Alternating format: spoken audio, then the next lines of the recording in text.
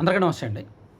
రేవంత్ రెడ్డి గారి రాజకీయ బుర్ర సాధారణంగా ఎవరికీ అంతు చిక్కదు. అంత ఈజీ కాదు. ఆయన మైండ్‌లో చాలా పొలిటికల్ పజిల్స్ ఆయనకాయనే పజిల్స్ వేసుకొని ఆయనకాయనే సాల్వ్ చేసుకుంటారనమాట.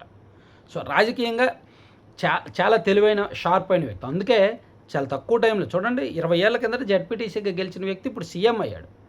అండ్ ఆ రాష్ట్రంలో ఒక అతిపెద్ద పొలిటికల్ శక్తిగా, అతిపెద్ద మాస్ లీడర్‌గా ఉన్నాడు. అండ్ ఎంతోమంది పెద్ద పెద్దోళ్ళని ఢీకొట్టి కాంగ్రెస్ పార్టీలో సీఎం కుర్చీకి ఎదిగాడు. కాంగ్రెస్ పార్టీ గెలిచిన తర్వాత సీఎం కుర్చీ ఇవ్వడానికి సొంత పార్టీలోనే చాలామంది శత్రువులు అడ్డం వస్తారు. వాళ్ళందరినీ జయించి సీఎం అవ్వడమే కాకుండా పూర్తి స్వేచ్ఛ ఉంటుంది. అక్కడ నామినేటెడ్ పదవులు కానీ, మంత్రి పదవులు కానీ ఏదైనా సరే కంప్లీట్‌గా రేవంత్ రెడ్డి గారికి స్వేచ్ఛ ఇచ్చింది అధిష్టానం. దానికి కారణం అతని సమర్థత, అతని తెలివితేటలు, అతని మీద పార్టీకి నమ్మకం. సరే, అటువంటి రేవంత్ రెడ్డి గారు ఇప్పుడు హైదరాబాద్ మీద చాలా విపరీతంగా ఫోకస్ పెట్టారు. దానికి జీహెచ్ఎంసీ ఎన్నికలే కారణం. అసలు జీహెచ్ఎంసీ ఎన్నికలు ఎందుకు వాయిదా వేస్తున్నారు? అక్కడ జీహెచ్ఎంసీలో కాంగ్రెస్ పార్టీ గెలవాలి. ఆ జీహెచ్ఎంసీ లిమిట్స్లో ఉన్న, గ్రేటర్ లిమిట్స్లో ఉన్న 3 కార్పొరేషన్లో కనీసం 3 గెలిస్తే మంచిది, అధికారంలో ఉన్నారు కాబట్టి. లేదా 2 అయినా గెలవాలి. గెలవడానికి తగిన back end work Revanth Reddy గారు చేసుకుంటున్నారు. ఎందుకు చేయాల్సి వచ్చిందంటే 2023 ఎన్నికల ఫలితాలు చూసుకుంటే జీహెచ్ఎంసీ లిమిట్స్లో కాంగ్రెస్ పార్టీకి ఒక్క సీట్ కూడా రాలేదు. బీఆర్ఎస్ పార్టీ గెలిచింది. గెలుపు కూడా భారీ మెజార్టీలతో గెలిచారు.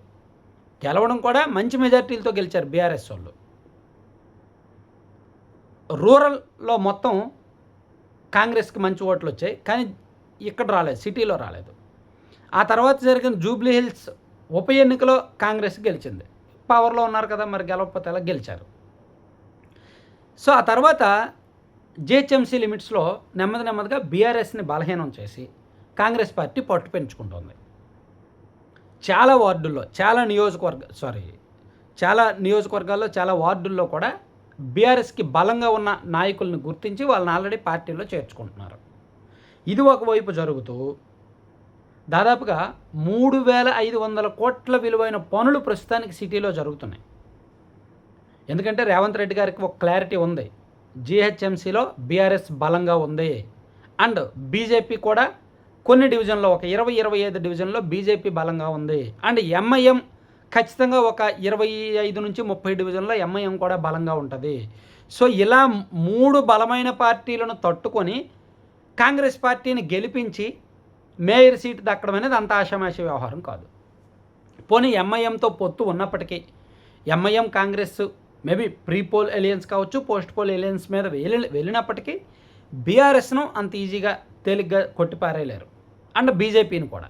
సో రిజల్ట్స్ కనిపించాలి అంటే, మేయర్ పీఠం గెలుచుకోవాలంటే, ఎందుకంటే ఇంకో 2 ఏళ్ళు ఉంది. ఇప్పుడు ఆల్రెడీ 2.5 ఏళ్ళు అయిపోయింది తెలంగాణ ఆయన సీఎంగా. ఇంకో 2.5 ఏళ్ళు ఉంది. ఇప్పుడు జీహెచ్ఎంసీ ఎన్నికల ఫలితాలు ఖచ్చితంగా అక్కడ ప్రజల్ని రాజకీయంగా ఎంతో ప్రభావితం చేస్తాయి. సో అందుకే ఇక్కడ ఏమాత్రం తేడా జరగకూడదు. అందుకే రేవంత్ రెడ్డి గారు బలహీనతల్ని అధిగమించే క్రమంలో చాలా బలహీనతలు ఉన్నాయి, చాలా లోపాలు ఉన్నాయి. నాయకత్వ లోపం ఉంది. అండ్ సంస్థాగతంగా ఇక్కడ 2023లో కొన్ని రాలేదు, అనుకున్నట్టు రాలేదు. అండ్ ఆ తర్వాత ఈ మధ్య కూడా ఈ హైడ్రా కారణంగా కొంత వ్యతిరేకత ఎదుర్కొన్నారు అధికార పార్టీ. అండ్ అక్కడ సెటిలర్స్ అండ్ కొంత కమ్మ సామాజిక వర్గం కూడా బీఆర్ఎస్కు అనుకూలంగా మారారు. ఇదంతా ఇబ్బందిగా మారింది. సో అందుకే ఇప్పుడు హైదరాబాద్లో ఏం జరుగుతుందంటే రోడ్లు, ఫ్లైఓవర్లు, అండర్ పాస్లు సుమారుగా 2,400 కోట్లతో 16 ప్రధాన ట్రాఫిక్ ప్రాజెక్టులు చేపడుతున్నారు. ఇందులో 10 కొత్త ఫ్లైఓవర్లు ఉన్నాయి, అండర్ పాస్లు ఉన్నాయి, 6 రోడ్డు విస్తరణ పనులు ఉన్నాయి. అలాగే సిటీలో రోడ్ల అభివృద్ధి దాదాపుగా 3,145 కోట్లతో 1,045 కిలోమీటర్ల ప్రధాన రోడ్లు పునరుద్ధరణ జరుగుతోంది. ముఖ్యంగా జీహెచ్ఎంసీ, సైబరాబాద్, మల్కాజ్గిరి ప్రాంతాల్లో ఈ పనులు జరుగుతున్నాయి. అలాగే ట్రాఫిక్ తగ్గించేందుకు కొత్త ఫ్లైఓవర్లు, గ్రేడ్ సెపరేటర్లు, అండర్ పాస్లు నిర్మిస్తున్నాయి. వీటితో పాటు కొన్ని. అలాగే హైదరాబాద్లో ప్రధాన సమస్య ఏంటంటే వర్షాలు ఎప్పుడు కురిసినా సరే రోడ్లు, కాలువలు మొత్తం చెరువుల్లా ఉంటాయి. సో అందుకే వరద సమస్య తగ్గించేందుకు ప్రధాన స్టార్మ్ వాటర్ డ్రైన్ల విస్తరణ, ఆధునికీకరణ జరుగుతుంది. అలాగే పాత జీహెచ్ఎంసీ చట్టం స్థానంలో క్యూర్ బిల్ 2026 తీసుకొచ్చే ప్రక్రియ. దీని ద్వారా మెట్రో ప్రాంత పాలన మరింత సమర్థవంతంగా మార్చడానికి ఒక బిల్లు ఒకటి ప్లాన్ చేస్తున్నారు. అలాగే ఘన వ్యర్థాల నిర్వహణకు ఒక ప్లాన్ చేస్తున్నారు.